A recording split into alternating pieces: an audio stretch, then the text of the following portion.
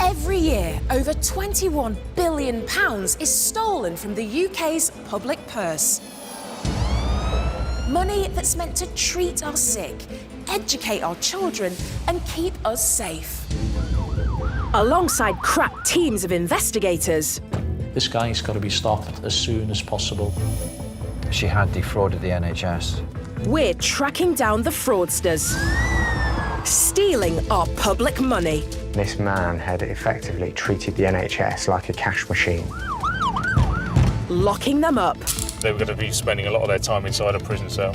And getting the cash back where it belongs. We recovered close to £1 million. She was ordered to pay just under £1.4 million. I'm after his house, his car and some money. Just over £23,000 back into the public purse. Fraud Squad, the hunt is on.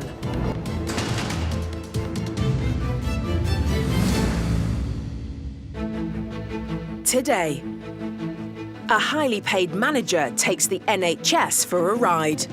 She'd been claiming to be sick with a bad back, but she'd been competing in horse riding events, which then sort of set the alarm bells ringing. A former company director being hunted down for £1 million tax fraud claims to work for Homeland Security as a spy. He wrote to the Prime Minister and to the exec of HMRC and was an out-and-out liar and an arrogant one. And an organised crime gang prey on the innocent in order to hide their dirty cash. They were recruiting students for their own nefarious means. There were days when one or more of those branches was taking in more money into that particular branch than the rest of the UK combined.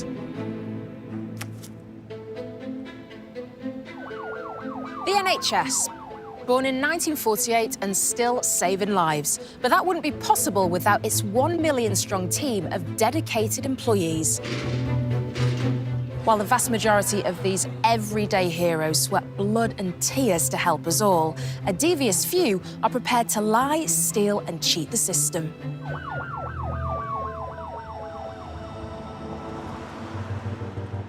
In Bridgend, Wales, a 50 grand a year NHS manager deceives her bosses by throwing the ultimate sickie. 4 months off on full pay for a phantom bad back. Neglecting her duties and stealing tens of thousands of pounds of NHS sick pay, all for the thrill of the ride. But bang on the tail of this brazen conwoman is fraud investigator and ex-copper Nigel Price. I was absolutely determined to prove she had defrauded the NHS, because that's a considerable sum of money, and that money should be back where it belongs, which is looking after patients, paying nurses' wages, not help finance someone's amateur show jumping career. Nigel is every fraudster's worst nightmare. 18 years in the Marines and a stint as a police officer has given him a formidable pedigree. But this particular case is going to require all of Nigel's investigative skills to crack.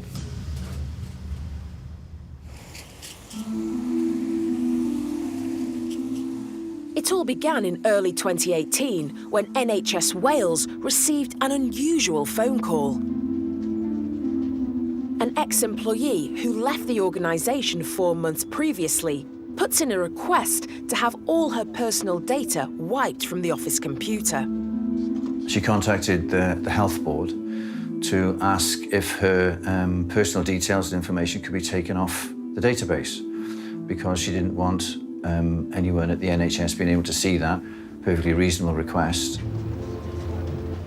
The woman in question had been employed as a highly paid senior manager at a surgical materials testing laboratory. Part of her role was to calibrate the machines that tested pieces of equipment to see if they can withstand the rigours of heavy surgical work. And it's a very, very responsible position. And she was paid considerably well, I believe nearly £50,000 a year. Happy need to help, the HR department first needs to look at what was held exclusively by the NHS and what was freely available online. First off, they're looking for information that was publicly available anyway, because they weren't going to remove that from databases or records that they had, because it was already there for all to see. But something immediately catches their attention. She was linked to several results from British eventing. They're the 3 disciplines within horse eventing, which is the show jumping, cross country, and dressage. Clearly, it was something that she enjoyed very much and it was a serious part of her life. This is the screenshot here, which shows on the 2nd of July 2016, she competed at Chepstow. The 30th of July, she competed at Calmsden. The 9th of September, she competed at West Wilts. And then on the 17th of September, she competed at Monmouth. But if this is the same woman, there's a big problem, because during this very same period, she was on sick leave for a bad back. In 2016, the woman was working in her role as a manager in a laboratory when a fall from a horse left her with excruciating back pain. On the 5th of June 2016, she injured her back and from there was off sick then for a while her back was sorting itself out. There was no real dispute that she'd hurt herself and that she did go to hospital to get that injury treated. Like any responsible employee, the laboratory manager visited her GP to obtain a sick note and struggled home to recover on full pay. On her first sick note, the period of sickness that was covered was the 13th of June to the 27th of June. We've got no issue or problem with that. But the injury was evidently worse than feared.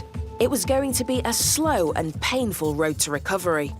Witnesses described her as being unsteady, having difficulty to walk, and using what can only be described as Nordic ski poles to help her and give her support. Mobility was restricted, she's claiming, and driving was difficult.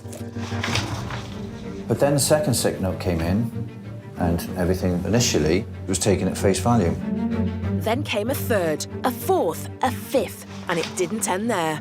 Then the final sick note came in. On this occasion, it was signing her off to the 7th of October 2016. In total, the lab manager was off work with her debilitating back problem for 4 months on full pay, a total of just over £12,000.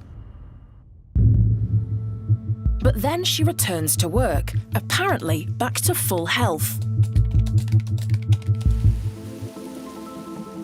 So how could the lab manager, who'd been in such terrible pain, possibly be the same person showing up online as having competed in horse events during the identical time period?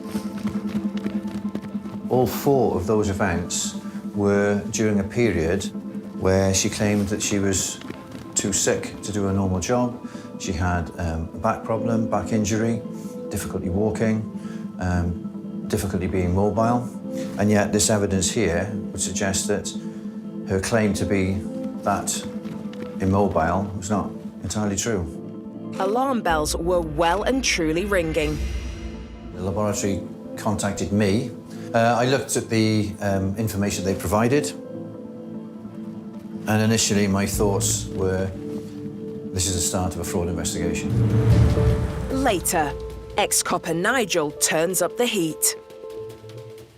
It was a difficult interview. She was guarded, very guarded. And this cheat story soon begins to crumble. I just feel frustrated and wonder why people do it and why they think they can get away with it.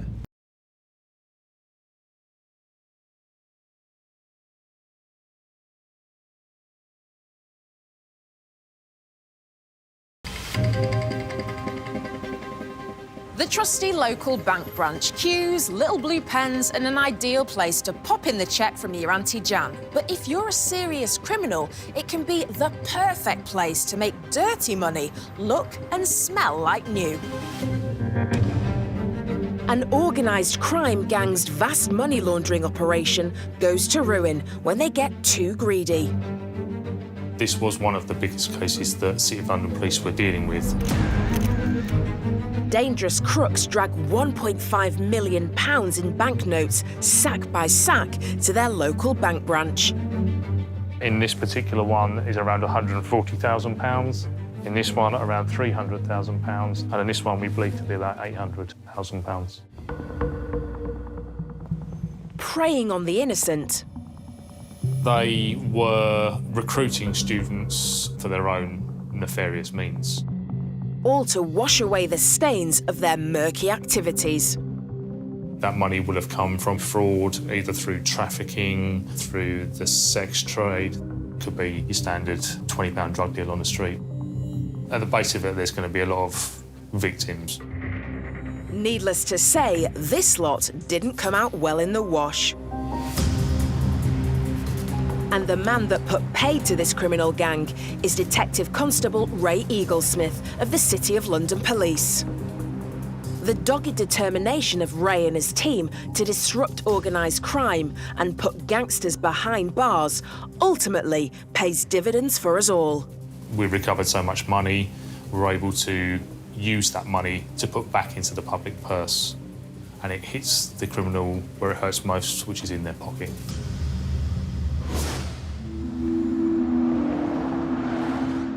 London Bridge, South East London, and it's a normal day in a local bank branch. Everyone is going about their business, the locals paying bills, market traders changing up coins, and a man depositing tens of thousands of pounds. Hang on. Let's see that again. Yep, a man with tens of thousands in notes in a plastic carrier bag is making a deposit. The cash machines where you would normally pay your money into had to be emptied at least twice a day, which is not usual for a bank. Definitely not your everyday customer. Except this one virtually is. This man has been doing the same thing for months, and no one quite fathoms why. It's strange in a way. I suppose if you're a business and you're attending the bank on a regular basis, then you may well drop off large amounts of cash. But for an individual coming in, it raised alarm bells. The bank's fraud team noticed that 2 of its other London branches are also receiving similarly large injections of cash, and they begin to pay close attention. Those patterns of those people were looked at, and they were able to tell certain days and times that they were coming in. Over the next 2 months, these apparently loyal customers continue to pour cash into the 3 bank branches. In some cases, there were days when one or more of those branches was taking in more money into that particular branch than the rest of the UK combined, that being cash deposits into that branch. So that obviously raised flags and concerns with the bank. And apart from the suspiciously large amount of cash they were depositing, there's something that unites all of these men. They're really chatty. Over time, it became apparent that they were becoming more friendly with the staff. The staff would refer to them by first names. They would often drop off a large amount of cash, and then they would leave account numbers with the staff and trust them to make those transactions for them. Having built a rapport with the cashiers, the men's stories about where this mountain of cash has come from is easier to swallow. The money was essentially passed to the cashiers as legitimate funds, whether that be the profits from businesses, or whether it be from money that they had themselves. And the charm offensive doesn't end there. When these suspects were in the branch and speaking to staff, they were, to all intents and purposes, beginning to groom the staff, and we found that one of the members of staff was approached by a suspect, and he was passed a note in which he alluded to the fact that he would be prepared to pay him money in order to assist him and facilitate the money laundering. The bank staff duly notified their superiors. British banks have a legal duty to report suspected financial fraud, and something was very off about these men and their bizarre behaviour. It was time to call in the authorities. The case was handed to us via a process called the Joint Fraud Task Force. So ourselves, individuals from the banking sector, The National Crime Agency and then City of London Police picked it up from that point. Ray immediately suspects he's looking at a huge money laundering operation. So when we talk about money laundering, we refer to the process by which criminals clean their money. In essence, money that's come from a criminal background. These are often heinous crimes, such as sex trafficking, drug dealing, or armed robberies carried out by gangs. Gangs that are extremely hierarchical, with the leader sitting pretty at the top, down to the troops on the ground, like the guys who take the dirty money to the banks. In most cases, the launderers will filter that money through financial systems. There'll be somebody who is at the top of the scale, and effectively they will divvy those bigger tasks down to smaller individuals to bank into the UK system. Later, the true scale of this web of corruption is laid bare. There were various plastic bags. Each had sizable, ready-to-go wedges of cash.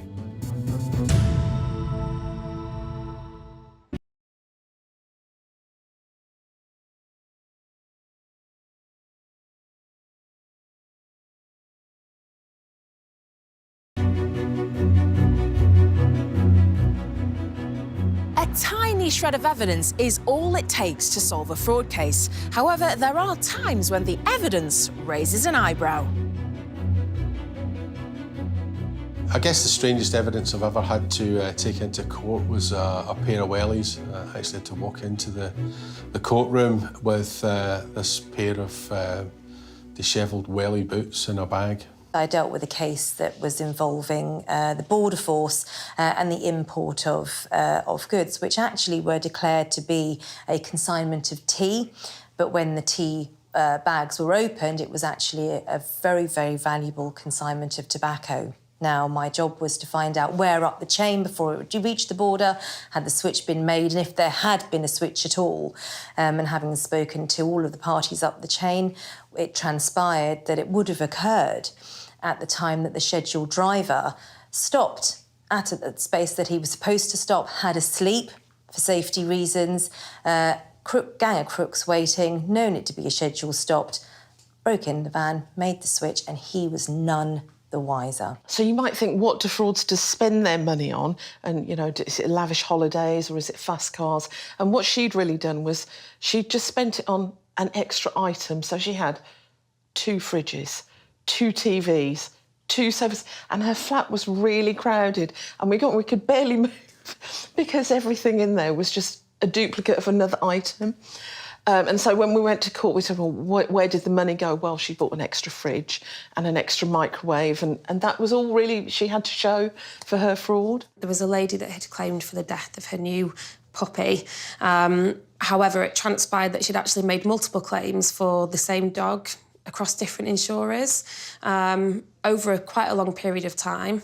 So the way that she'd been doing this is she'd actually been freezing the dead dog, and then thawing it out, defrosting it, taking out insurance with another company, and then reclaiming for the death of this same dog. She was only found out when once one of the vets that was investigating the claim had looked at it and it actually wasn't fully defrosted, so he found a frozen patch on it. So that one's a bit gruesome, I think, so probably stands out in my memory.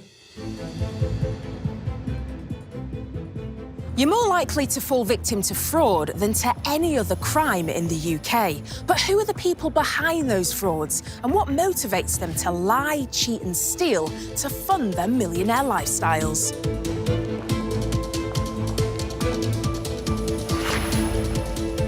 Today's case revolves around a man who fancied himself as a bit of a James Bond.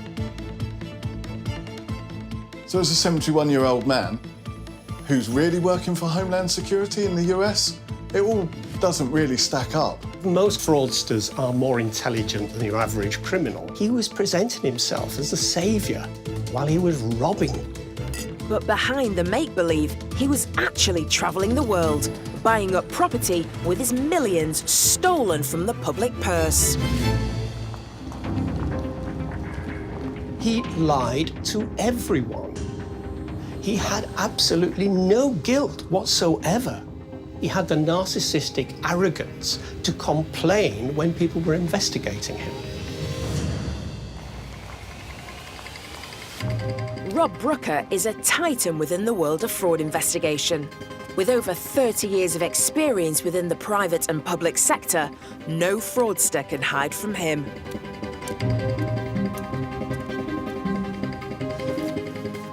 And to understand the fraudster's mindset is Dr. David Holmes, a criminal psychologist who's been getting into the minds of master criminals for over 3 decades.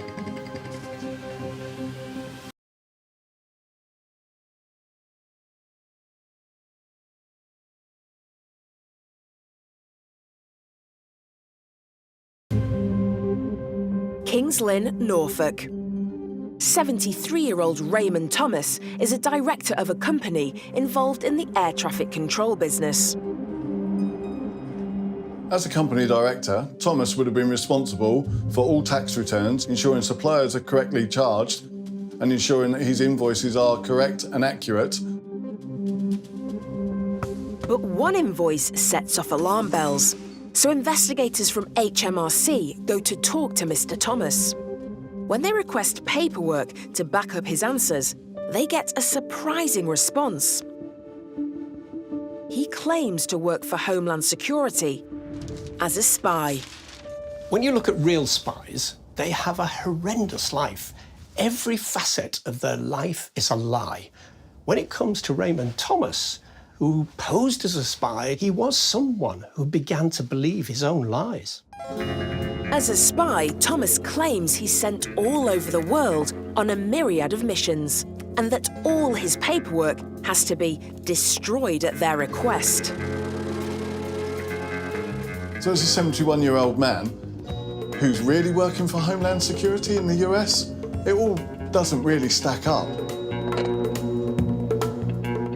After requesting further correspondence and receiving the bizarre explanation about the US Secret Service, HMRC now suspect fraud. An investigation is launched, and they start by delving straight into Thomas's financial affairs. His firm, Cambridge Computer Graphics, provided training and equipment for air traffic control systems in countries outside the EU. As the investigators dig deeper, they quickly discover how the scam is being executed. Thomas's company is being used purely as a vehicle for fraud. He's forging VAT receipts to reclaim vast sums of public cash. In total, Thomas stole £1.6 million from the public purse. This huge sum of money could pay the annual salary of 52 police officers. Aware the net is closing in on him, Thomas tries to pull some strings with people in very high places. He wrote and complained to the Prime Minister, to the Deputy Prime Minister, and to the exec of HMRC. And some of the reasons he gave were completely from fiction. The idea that he worked for Homeland Security, for US Defence, that he was actually doing training and added components that might, in fact, save the UK. Thomas is desperate, and it leads to a deluded sense of grandeur. He was presenting himself as the saviour while he was robbing them. And he's splashing this cash on buying up luxury houses dotted around the world. Raymond Thomas was an out-and-out liar. He lied to everyone. Shockingly, it appears this ruse has been going on for 5 years. In cases of fraud, particularly like this, they don't have the scenario of being caught in their heads. So, you know, the idea of being punished or going to jail, it's not an issue because you're not going to get caught. There's no point at which a fraudster will say, oh, well, I've got enough now. That's it. I'll quit. Most carry on until their downfall. And feeling his downfall was imminent, he transfers £81,700 into his wife's bank account. He wanted to put HMRC off his case. He didn't want them on his back continually. He was frightened that the HMRC investigators would freeze his bank accounts and he would no longer have access to any money at all. When Thomas's wife is questioned, she insists her husband's business is just doing very well. It's unfortunate that most wives who support their nefarious husbands usually are kind of groomed into it bit by bit. Even though they may never have been told face to face exactly what they're doing, you can't do that kind of thing for that number of years without having some suspicion. These £1.6 million fraudsters are arrested at their home in Salford, Manchester. And at this stage, they must have thought, brilliant, we've got enough evidence to take them to court and actually have them brought to justice. Under questioning, the couple strongly deny the offences. Being a pathological liar can be an advantage, but it also can be the downfall of that person. But with the evidence stacked against them, the couple know the game is up. After a short trial, Thomas is convicted of fraudulent evasion of VAT, furnishing false documents, and the concealment or transfer of criminal proceeds. His wife admits to one count of receiving criminal proceeds and is sentenced to 12 months in prison, suspended for a year. The judge said the simple fact of the matter is that he, Thomas, was in a position to pocket money that would have been used for better purposes, healthcare or education.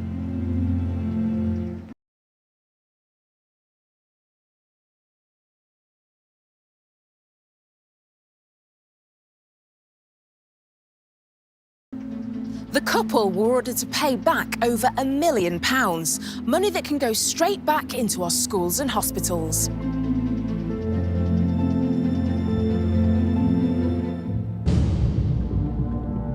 In Bridgend, Wales, ex-copper Nigel Price has got the bit between his teeth as he launches a criminal investigation into a 50 grand a year NHS senior manager. When I first received the information about this case, my first thoughts were, why would somebody in such a responsible senior position take such a risk? And what made her think that she wouldn't get caught? Struck down with a supposedly agonising back problem, the woman is on sick leave from her job at a surgical materials testing lab on full pay. Struggling in to attend health reviews with her employers, she makes for a sorry sight. But internet searches suggest that the lab manager could in fact be a champion show jumper. She was linked to several results from British eventing. On the one hand, she'd been claiming to be sick with a bad back, but this seems to suggest that she'd been competing in horse riding events during that same period, which then sort of set the alarm bells ringing. You don't have to be a medical expert to realise leaping about on massive horses is the last thing someone with a back problem should be doing. She was being less than honest with the NHS, her employer, who were paying her a very decent salary and seemed to be treating us with contempt. To build a case against this fraudster, Nigel needs to dig deeper into the evidence. I noticed that on 3 of the events, the name had changed slightly. If she was attempting to cover her tracks, then it wasn't a particularly good attempt, really. But I needed real evidence to show that she was at these events. So Nigel decides to follow his copper's nose to the stables.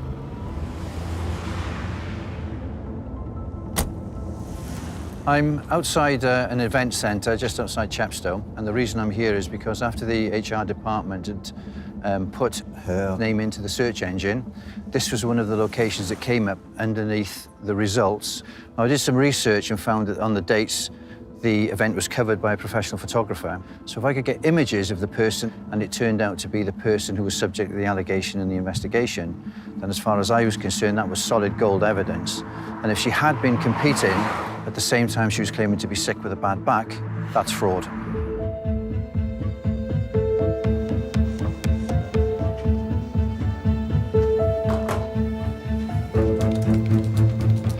After some good old-fashioned detective work, Nigel tracks down some official photographs. His first task is to establish whether the lab manager and her horse-riding alter ego are one and the same. Craig? Yeah? Have you got a sec, please? Yeah. Have a look at her on that horse there. Yeah. And have a look at that one. Would you say they were the same person? Yeah, looks like to me the same, and the same with the horse with the white on the forehead. Yeah, they do look very, very similar. The horse was the same, the face was the same, it was the same person beyond a shadow of a doubt. Armed with this damning evidence, the lab manager is summoned for interview under caution. As soon as she turned up for the interview, I thought, that's you. Got you. But the lab manager has no intention of coming clean, and despite Nigel's best efforts, she continually evades his questions. Confronted with the evidence, she just refused to answer almost and wouldn't get involved and wouldn't get drawn. And if somebody is generally keen to prove that they haven't done something wrong, they will give you loads and loads of information, and they will give you lots of people and witnesses and say, well, I was there, someone will back that up, and alibis, nothing. But the suspect is surprisingly forthcoming about the other name that had cropped up in the investigation, who Nigel is convinced is a fabrication. During the interview, I asked her who she was, and she said it was a groom that worked for her and a friend. And I said, fine, that's great. You know, where can I get hold of her? Oh, I'll send you the details. This never materialised. There is now no doubt in Nigel's mind that this ex-manager is guilty of defrauding the NHS. But to convince a judge, he needs to make his case watertight. There were over 20 witnesses giving various statements. Those who'd been present for sickness review meetings, the photographers. I had witness statements of the GPs, HR representatives, directors at the laboratory. But all the information they provided knitted the entire case together. Despite the numerous witnesses and a mountain of damning evidence, unbelievably, the lab manager pleads not guilty. The case goes to trial, and on the 11th of January 2019, her day of reckoning arrives. After several months of investigation, this is where it all ended up, at Newport Crown Court. And after a 4-day hearing, the jury found her guilty of fraud, and sentencing was carried out on the same day. And the judge sentenced her to a 12-week prison sentence, suspended for 12 months, 180 hours of community service, £2,500 court costs, to repay over £8,000 to the NHS, and £600 in compensation for the investigation costs. In closing, the judge describes the guilty woman as calculated, deliberate and dishonest, and continues to describe her tottering performance as comical. The description of her attending sickness review meetings with a timid gait and unsteady completely contrasted against the images of her, in his words, towering on a horse over jumps. All of Nigel's hard work has paid off.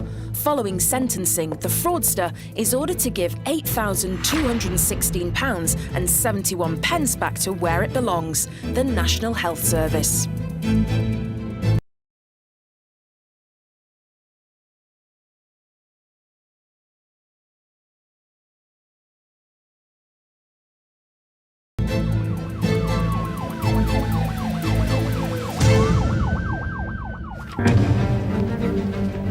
Detective Constable Ray Eaglesmith of the City of London Police has just been handed a huge case, in more ways than one. An organised crime group is depositing stacks of dirty cash into 3 London bank branches in a bid to make it legitimate. A sizable suitcase would potentially have in the region of about £800,000 in. Cracking complex money laundering cases like this is Ray and his team's bread and butter, and so they immediately set to work. When you're talking about money laundering, it's important to show the money that we are considering is the proceeds of crime, it's criminal money. So the first thing for us to consider really was who was, I guess, masterminding the process and essentially the origin of the money. First step, put the banks under surveillance. We needed to see that footage as soon as possible. Officers were deployed out to 3 different banks to do that. It was really urgent that we review that material to be able to identify exactly what they were doing. And in no time, Ray and the banks are able to identify a lead suspect. The main gentleman was an individual by the name of Ji Zheng. Ray focuses in on this one man to see if he can lead the police to the source of the cash. We then noticed patterns in relation to his movements and were able to determine quickly where he resided. We were able to further establish that on certain days of the week at that location, various cars would visit. Those cars would then drop off suitcases, large suitcases, and what we would typically see is that this would be deliveries that occurred at least once a week. Ray now has the people delivering the cash to Zheng caught on camera. We established it was an organised crime group from the north of England. They were linked to drugs importation, which was how we proved that the money was criminal. And then we were able to determine a bit more about the people that were involved in the actual banking. They were all Chinese nationals or of Chinese origin, and they were typically low-paid workers or they were unemployed. With one part of the puzzle solved, Ray turns his attention to the cash deposits. Whose accounts is this money going into? For the next 2 months, the banks monitor all the transactions made by the gang, and a surprising pattern emerges. The people were paying into around 460-odd individual accounts, and those accounts were ones that had been set up primarily for Chinese students who were studying here. These crooks are exploiting students to clean up their dirty drug money. It was time to close the net. We needed to formulate some kind of plan in which we would strike and take these suspects out. And at that point, we would look to take back the profits of their criminal activity and recover some of the funds. There were 6 addresses that we wanted to target, and there were 8 individuals that we wanted to target. To catch these crooks red-handed, Ray must strike as the next delivery is taking place. Having identified the most probable day, Ray calls in reinforcement. It basically involved up to 90 to 100 staff from various agencies with officers trying to work out different positions at different addresses at different times and working out a cohesive strategy for striking at exactly the right moment. But nothing is certain. We didn't know for sure that there was going to be a delivery on that day, but we decided to take a punt. On the 7th of June, the teams take position, ready to execute a simultaneous strike. Ray has identified one of the addresses as being the most likely recipient of the next cash delivery. So on the arrest day, we had around 30 officers in the location. They were positioned at various places around. The police will observe their comings and goings.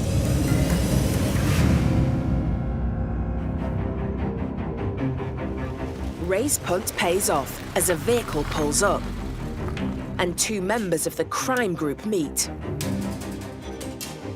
Together, they start to remove bags from the rear of the vehicle. There was 3 large bags of cash. That cash was then taken to one of the addresses. We saw later on that car that had arrived moved off from the location. Another car arrives. In it, 2 more members of the gang. At that point, Ray decides to go in. Vehicles started to pull up on all sides.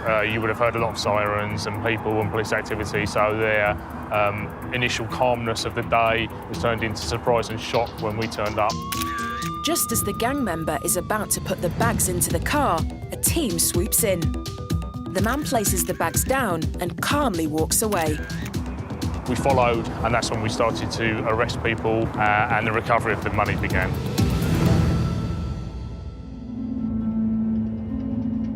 After 4 months' hard work, Roy has 8 bank runners picked up at other addresses in cuffs. Let's just say they aren't in a partying mood. It was clear that they had become resigned to the fact that, you know, they were going to be spending a lot of their time inside a prison cell. Back at the station, teams begin to sift through the evidence recovered from the properties. First, the mysterious bags dumped on the pavement. There's 1, 2, 3 bags, each with a load of money in. But it's the big black suitcase that captures Ray's special attention. Inside, there were various shopping plastic bags, all ready to go. And as we went through the bags, each had sizable, ready-to-go wedges of cash, each with a note to determine which individual the bag was to be given to. The intended individuals are the Chinese bank runners, who the crime group refer to as surfers. Surfer 4 was also given this bag, Surfer 3, Surfer 2, and so it goes on. Surfer 1. So as an example, this particular bag had around 150 to 160,000 pounds inside for Surfer 1 to take to the banks and deposit. And the contents of the other bags aren't too shabby either. In the black sack that was next to the suitcases, we found that. Again, regular bags, cash ready to go, bound in elastic bands. Typically, we see these wrapped in 1,000 denominations and then wrapped into 5 bundles so they can easily count and know what's in that bag. They're not called organised criminals for nothing. There was a lot more cash in the houses that we looked at. There was a bag which contained roughly £50,000 in a handbag. Also a money counting machine. On top of one of the wardrobes in the bedrooms in that same house, we found a box containing roughly £40,000.